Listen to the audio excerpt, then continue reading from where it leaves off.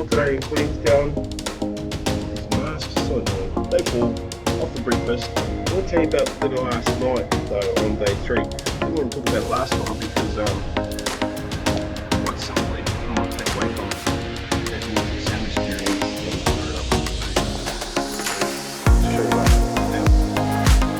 that. Just heading out to tea now to a place called the Blue Canoe. Pretty talked about when you ask locals where should we go to tea. Third time I've heard Blue Canoe. Blue Canoe is obviously some kind of Asian fusion something. So let's see how it goes. It's Pacific Asian fusion something.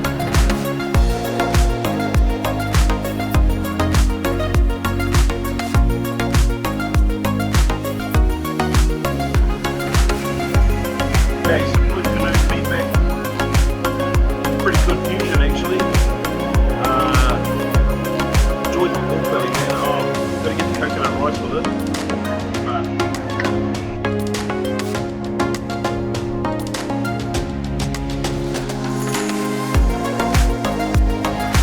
Hey, here's the hell of the thing. So, 8:30 at night here.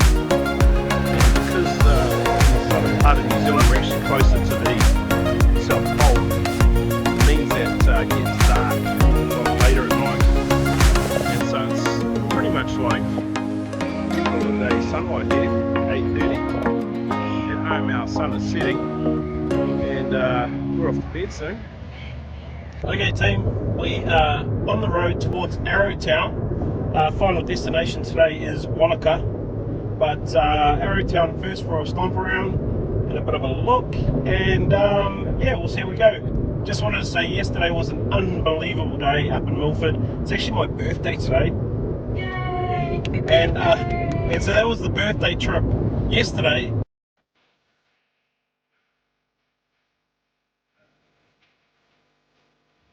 Sleep little town, this Arrowtown. Plenty of Mercedes SUVs though. Gold town, gold mining town. And so if you want a pan, you can for gold, you can go and get yourself a pan for about $3 at the local museum. They don't guarantee gold there. I think you got to pay more to guarantee gold. So you can see a really pretty spot, and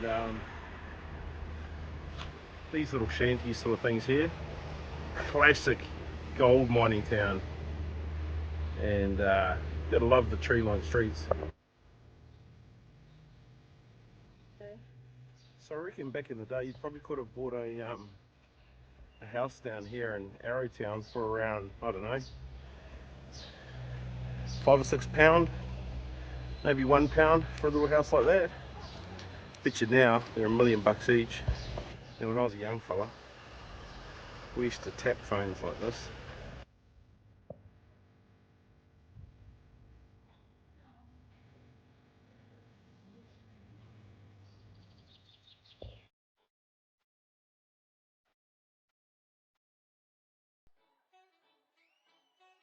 Here's a little bit of New Zealand history over here, the Cardrona Hotel. It's a famous selfie spot. If you know anyone that's ever been to Cardrona, they've got a selfie over here. I've just got a selfie video. She's about as rustic as you can get. 1853, super old pub this. And I've just stopped for a light lunch. But I'll show you around, it's pretty awesome.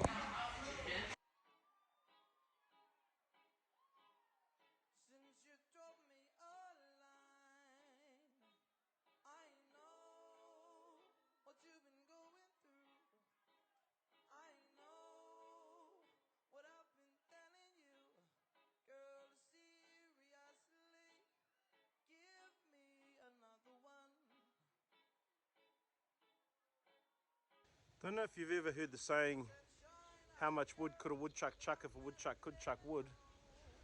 But I think a woodchuck has been down here chucking a lot of wood. So we've stopped for lunch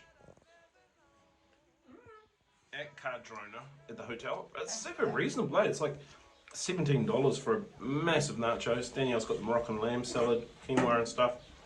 I reckon it's pretty affordable, so you definitely want to stop here for lunch.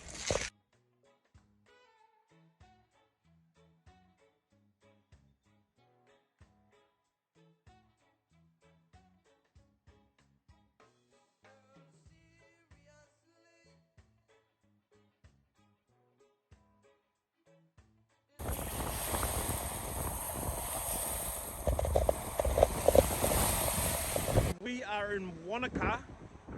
Truth be told, it's not that nice down here. It's a little bit cold, and that wind's howling off the lake. Now, only in New Zealand will there be places of interest that are named so aptly. So you might have heard of it. It's called that Wanaka tree.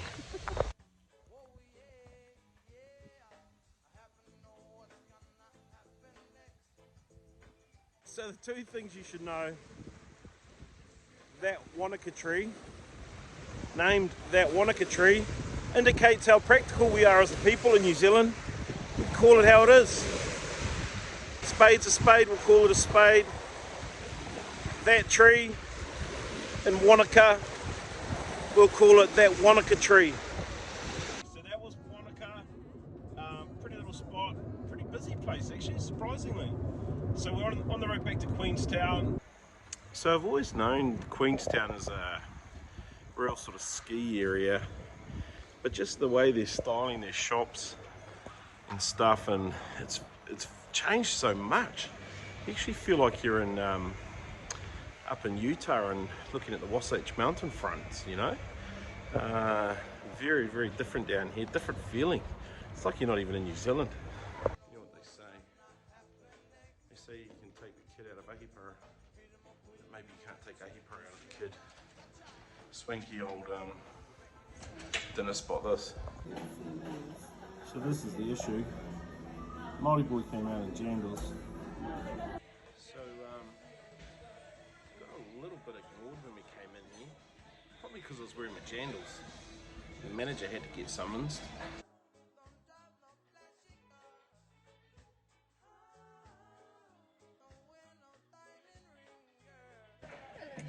So that's how a good steak should be left. The plate should look like that when you've eaten a good steak. So the onsen pools are the hardest place to find in the whole of Queenstown. But if you find that hotel over the road there, look for these blue wavy sign things, and that will help get you there. Apparently we've picked the perfect time, sunset. Perfection's an art, and we're pretty good at that stuff. Apparently it's about 150 metres off the car park area. It's downhill, so if you're in a wheelchair or have mobility issues, it might be a bit tricky for you. Sorry about that. But, pretty popular.